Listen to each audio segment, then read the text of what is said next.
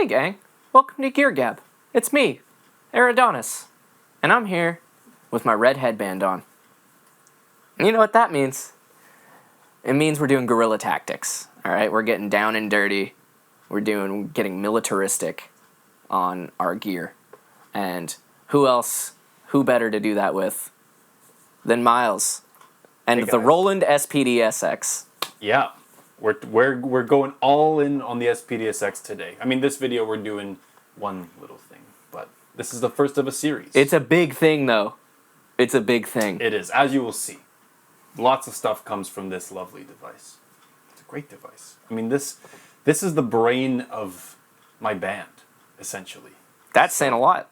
Your band's a robot fueled band. That's rad. I know, and so I'm the drummer. So this is a very good piece of equipment to have if you're a drummer who needs click tracks or samples, or if you're a DJ. DJs use it. Every drummer needs a brain. Yeah, it's you know. He's right. He's not wrong. But yeah, I love this piece of gear. It's the electronic band Bible, I would say. Yeah, I guess. Yeah. In a weird kind of way. Where you keep all your ideas? I don't know. I guess so. Anyways, what are we talking about today? We're gonna put waves in it. We're gonna put our own sounds in the SPD because there's some great stock sounds in there, but we want our sounds. Exactly. Yeah. Eridonis is correct. So we're gonna input some of our own waves into there. But before we do that, Eridonis, can you please tell the people what they need to consider before they upload their own wave files to the SPD-SX? First of all, it's just that they got to be wave files. All right, No MP3s, no OGG files, no FLAC files. All right, no MP4s. Yep. None of that. We're talking wave files, uncompressed audio, and it's got to be CD quality, 16-bit 44.1. That's important. Yes, if it's anything but that, it will fail. Like in the earlier take of this video. that you don't get to see. It's where you click it and it says unsupported format. If you're getting that, that's why, because it is not a wave file that is 16-bit 44.1. Yeah. So with that out of the way, how do we put these on? Where do they come from? Miles? Where are we getting these sounds? Well, there's a couple ways you can do it. You can use the SPD-SX Wave Manager. You can use the SPD-SX Editor. We're not going to use those today. We're going to use one of these guys. Oh, a rectangle. Yes, a rectangle, or as people may know it as the USB stick. I find this a very easy way to get your samples onto this device. So, let's get to it. First thing you're going to do, you're going to shove this guy right into the memory slot in the back of First try! I know. You didn't even have to spin it around three times. I know, that's actually quite impressive. That was rad. Right? And then Guy's a pro. Perfect. So now that we got that in there, we're going to go to our interface here. So we're on kit 38, but we're going to go to our menu. So we have our menu here, and then we're going to click on util. I always find that kind of funny. Short for utility, right? They almost got there. So we're going to press enter on util, and then we're going to press enter on wave import.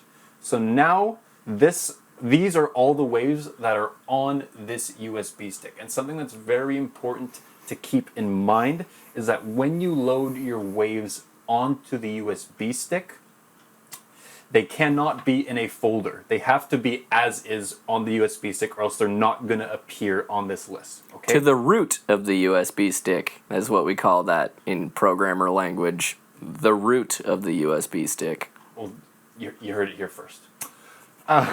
So what I'm going to import is a track. So I like to use the SPD-SX for backing tracks, so that's what we're going to do. We're going to upload a track. So let's do that. So I'm going to press, the plus button for here, and then I'm going to press enter, and then I want this. I put my tracks on pad 2 usually, so let's put this to pad 2. You can put it on any pad you want, and make sure you're corresponding to the kit you want to put on. So we're going to put it on pad 2, and we're going to press enter. Why is it saying check desk pad? Maybe there's something saved there already. There's something saved there. So you know what we're going to do? We're going to go to kit. Let's try kit 40. We'll go 2 kits over. We should be safe, right? It's free and clear. Free range. It's a free range kit. So we're going to go back to what I did. Wave import, plus button, enter, pad 2, like we said. There we go. So now the track is loading onto pad 2. This one will take a little while because this is a 3.5-minute song, but if you have smaller samples like claps, snares, that kind of thing, it's going to take way less. It's gonna be like that. Yeah. Yeah. It's a lot quicker. I mean, even this isn't too long, but Yeah, if you're like a trance DJ and you got like a 9-minute beat loading on there, you know, Yeah. make a cup of coffee, yeah. you know, go make a sandwich, you Yeah, know. see, we're already done. It's uncompressed audio, guys. It's gonna be Yeah. CD quality. It's gonna sound fantastic. Yeah. But it takes a minute. Yeah. You know, just let it breathe. Yep. And just like that, we have we have it loaded. As we can see, it's completed here on the screen. So we're going to exit out of there, and then when we hit our pad 2, this track has a count-in on it, so there is going to be a bit of a delay before we hear any noise. There it is. There's the track. Is that Fleetwood Mac? No, it's Royal Oak. We can't afford that. We can't afford Fleetwood Mac. You can. And that is how you upload waves to the SPDSX using a USB stick.